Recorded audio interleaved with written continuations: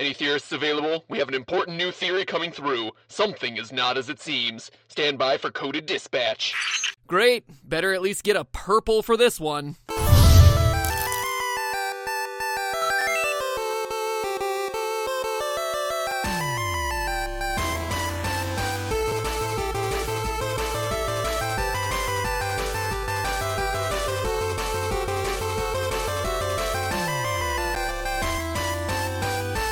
Hello, Internet! Welcome to Game Theory, where, as much of a fan as I am of Peter Dinklage, come on, Tyrion! Here we go. Let's fight our way into their warbase. The sword is close. I can feel its power. Put a modicum of effort into it. Bungie, I know for Taken King you got Nolan North, but let it be known that I am always available to take on the mantle of a ghost. The campaign begins today. #GhostPad. I mean, seriously, a know-it-all robot? It's the part that I was born to play. Anyway, I've been wanting to tackle a Destiny episode for a while now, and with Taken King hitting your update queues, the time just seemed right to make a video you can watch while waiting for your Friday raid. But when it was first released, not everything was excited loot drop reaction clips. Oh! Yes! Yes! Oh no. When it first hit store shelves, it scored much worse than expected across the board. And what it really came down to most of the time, when people weren't flat out cursing Rahul the Cryptarch for his positively nefarious Engrim RNG, was the game's story. Or, more accurately, its lack of one. There was only a handful of cutscenes and character interactions spread across the 10 to 15 hours it took to get through the campaign. And if for whatever reason you wanted more story, you actually had to download a mobile app or log into the Bungie website to access the Grimoire database entries you unlock throughout the game. Granted, these kinda reminded me of the type of thing you'd find on a Magic the Gathering card, but that's not even close to replacement for a proper in-game story now, is it? You know, I'm not even gonna leave that as a hypothetical question. No, it is not. But what if I told you that Destiny's story was better than we all gave it credit for? That hidden deep within the game lies a twist so huge it turns everything you thought you knew about Destiny right on its head. Well, hold on to your Galler horn, since you're not gonna want to drop that. Yes! And get ready for a twist that will forever change how you look at this game. But before we begin, let's make sure that we're all on the same page, since, you know, you had to go to a freaking website to get the story. Yeah, I'm still a little bit salty about that, okay? According to the game, Destiny takes place in our solar system almost 700 years in the future, following an event known as the Collapse. The Collapse heralded the end of a period known as the Golden Age, an era in time brought about when humanity first met the mysterious Traveler on Mars. Even if you know nothing else about Destiny, you've probably seen the Traveler. It's that big white sphere that's definitely not a moon, but kinda looks like a moon. It's on all the marketing and was actually hinted at way back in Halo ODST, which in and of itself is a total mind blow. Anyway, as we understand it, the Traveler helped humanity along its way to greatness, terraforming planets and moons and showing them all sorts of new technology and borderline magic that helped them expand into space. And finally, we became the awesome sci-fi space lords we always knew we'd be someday. Self-actualization for the win. Suck on that, Maslow. And everyone lived happily ever after for a while. Remember that collapse I mentioned before? See, the Traveler emits and channels light, with a capital L because it's magical light, I guess, to do all the awesome stuff that it does. But because there can't be light without there also being darkness, with another magical capital D, after a few hundred years, that's exactly who showed up a-knockin', the darkness. And boy, was it ever upset. It blew through the whole solar system, crushing everything in its path, and turned humanity's golden age into something that looked a heck of a lot more like Fallout 4. In a last-ditch gamble to save mankind, the Traveler posted up over Earth, and humanity built their last city right underneath it, protected by its light. The Traveler then became dormant, but with its dying breath created those cute little Tyrion Lannister bots known as ghosts to revive long-dead warriors with the ability to wield light as a weapon. These characters are your characters, and they're called Guardians. And as you go through the game, killing Fallen, Vex, Hive, Cabal, and whatever other evil aliens you run into, you're also fighting back against the darkness as heralds of the Traveler. In other words, you're the hero. Or are you? Last October, on the official Destiny Reddit page, a user known as NeoCitron posted something he called his crackpot theory, based on the fact that while he was sneaking around doing some patrol missions on the moon, he ran into a fallen dreg, who, just like the Covenant grunts from Halo, yell stuff when they get startled. And in this case, what that fallen dreg yelled caught him off guard. Here's the clip. It sounded to him that the enemy is running away and shouting, "The darkness! The darkness!" Now, admittedly, I don't buy it, since the Fallen generally don't speak English, but who knows, maybe darkness is one of those words that sounds alike regardless of the language. Those words, fun fact, are called cognates. Linguistics lessons for the win. Who says video games don't teach you anything? Anyway, it was enough to get me interested. Could Destiny's Guardians actually be a force of darkness? Well, that just wouldn't make sense, right? I mean, our character comes from the Traveler, and we know we channel light because it's all over our menu screens. I mean, in Destiny 2.0, it's light alone that determines whether you level up. So saying that we're the darkness might not make sense, but then again it begs the question, who's to say that light with a capital L is actually good? I mean, we've been conditioned to think light equals good and dark equals evil, but that might not always be the case. Think about it. The Traveler, and by proxy his speaker, aren't required to tell us the truth. All we really know is that an orb appeared in space, helped us out a bit, and as a result we just assumed it was good. But one thing we never stopped to ask is what the Traveler got out of helping us.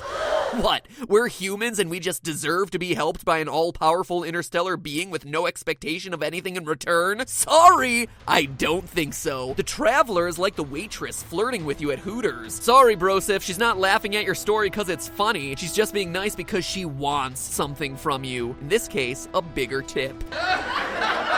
Hey, don't be crass, okay? This is a family-friendly show, and if Mars Attacks has taught us anything, it's to not trust unexplained things from space. So in order to solve the mystery, we have to figure out what is the darkness and what is the Traveler. Problem is, outside of, the story existing on an entirely separate website, is that it's also super vague, with all the lore bits written in this cryptic poetry, and even then they rarely settle on an answer. For instance, on the grimoire card The Darkness, several different theories about what exactly the darkness is are listed. Evil personified, a tangible alien invasion force, a necessary symmetry, a post-singularity intelligence, an unknowable enemy. Yeah, great. Thanks for really narrowing it down, Bungie. But of all these theories, it's the last one that leaves me the most intrigued. Quote, certain positions, often labeled heretical, imply that the Traveler itself triggered the collapse, or that it knew the darkness was coming for it and hoped to use the solar system as a sacrifice or a proxy army,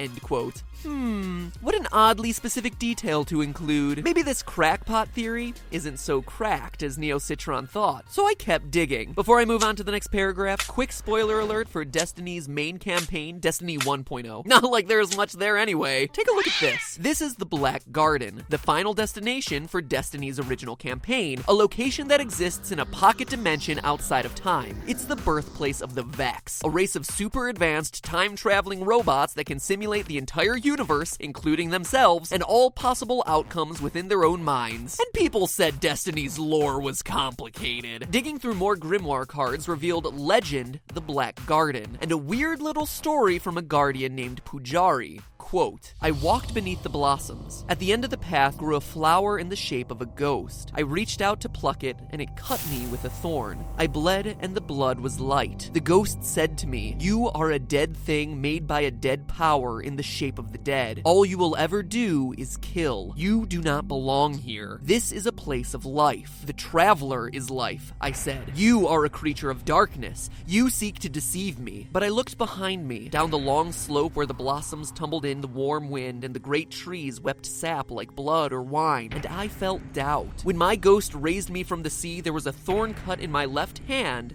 and it has not healed since. What we can take away from Pujari's story is his doubt. As a guardian, he's a warrior of the light, of the Traveler who represents life. But when he says this to the ghost in his vision, he's suddenly struck with doubt. And at this point, it's probably worth reiterating. Guardians, the characters you play as in Destiny, are reanimated corpses brought back to life by the Traveler's light, carried in ghosts. Yeah, that's not sinister at all, right? Like the vision says, Pajari and other guardians are dead things made by a dead power in the shape of the dead. As a result, we're led to believe that we can trust what the ghost in the vision says, that the Black Garden, home of the enemy, is a place of life, and that guardians are only meant to kill. It's an interesting juxtaposition, the Traveler and his guardians of the dead versus the Black Garden, which represents true life, growth, a garden of blossoms and trees. But that's not the only time we see guardians cast in a fairly negative light. One of the ghost fragments labeled Legends is from the perspective of a guardian. In it,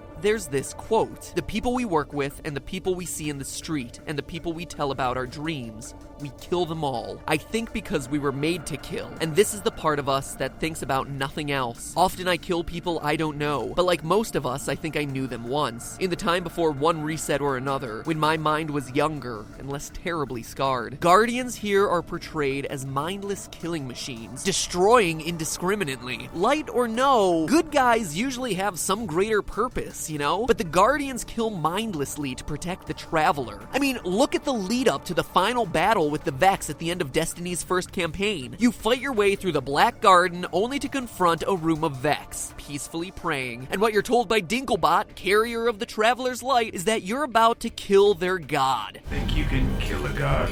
Don't think I have a choice. Okay, so let's pause right there. Let me ask you, Destiny players, why are you about to do this? After the battle, we're told that light flows back to the Traveler. But again, who is he? What does he stand for? You don't know. You just killed a race's god for a reason you can't comprehend. That, my friend, is not hero behavior right there. And in case you still have doubt, here's another quote, this time from the lore fragment labeled Fate of Skolas. While the other houses fought for their future on Earth, throwing themselves at the great machine, Skolas wasted his people in games of betrayal and ambition. Everything wants to kill his people, the machines and the militants and the green-eyed hive, the dead soldiers that hoard the great machine and come out crusading to wipe all hope away. Guardians are the dead soldiers. And again, we hear about them killing indiscriminately in the hope of wiping out races. But what's most important to note here is that the Great Machine is another name for the Traveler. That is a huge revelation. Why? Well, prepare to have your mind blown, because the Great Machine is referenced only one other time in the lore, in the Grimoire card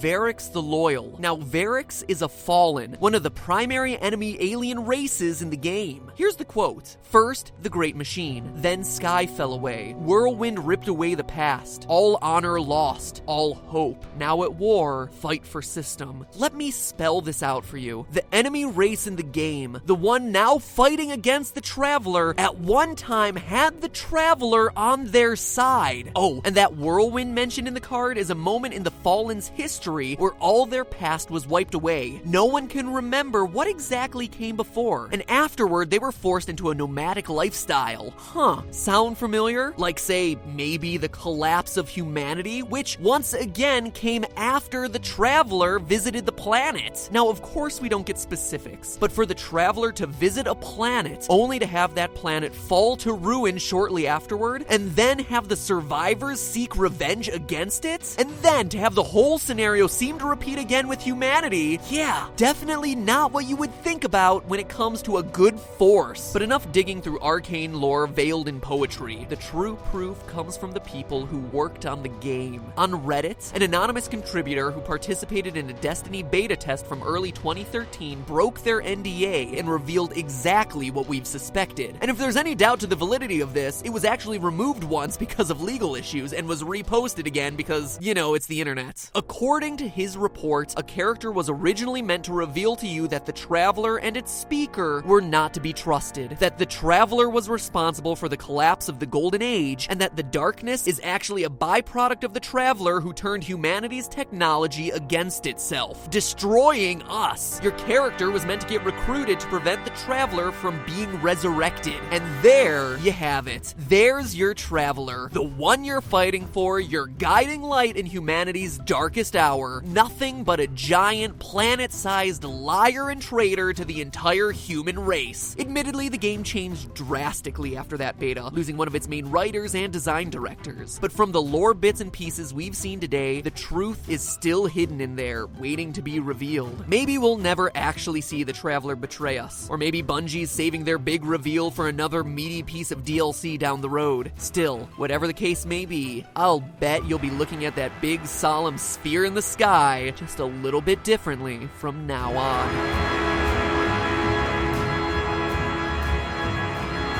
But hey, that's just a theory. A game theory. Thanks for watching. Welcome back to the Super Amazing End Card Tournament, where today I just want to know, was I able to convince you? Do you think the Traveler is still the good guy, or are you suspicious about his motivations? Could the Traveler truly be a force of evil? And if you do think that he's evil, do you think that this is a plotline that they're still going to go through with? Or is this just going to be buried under all the writing changes? Click on one to choose to cast your vote, or if you're on mobile or tablet, click on the links in the description to cast your vote, and all of you get taken back to the channel page, where if you haven't subscribed yet, I highly encourage you to do so. We have a lot of awesome theories coming out between now and the end of the year. It is busy. Theories on Assassin's Creed, Halo, FNAF, Zelda, Fallout, and a whole lot more. So get excited. I am staying busy so that way you guys are overanalyzing all of your favorite games all the time between now and the end of the year. And while you're out there, catch up on all the game theories you may have missed, or the other shows, or film theory, or GT Live. There is so much stuff happening right now, it is crazy. I hope you're enjoying it. I'm enjoying making it for you guys. It's a lot of work, but it's awesome because you guys are responding so enthusiastically. So as long as you guys are enjoying it, I'm gonna keep producing it for you. So thank you all, as always, for your support. And in the meantime, remember, one more time, it's just a theory, a game theory. Thank you guys for watching.